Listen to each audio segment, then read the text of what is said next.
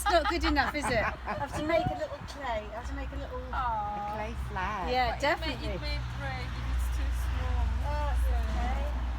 So do you want me to do the river? Oh, that's the first river, and it's brilliant that you live on the river. We do.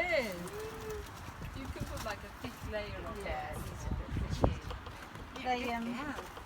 Oh, no, you don't chew your leaf. No, you don't chew your leaf. Yeah, that's okay. It's really easy to scratch though.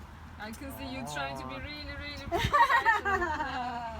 So, which part of the year it's very white, you think? It just varies. I don't know what. I think it's to do with what they're doing up on the pits. On the pits. It's not meant to be white at all. It's never meant to be white, but occasionally something happens and the river becomes white.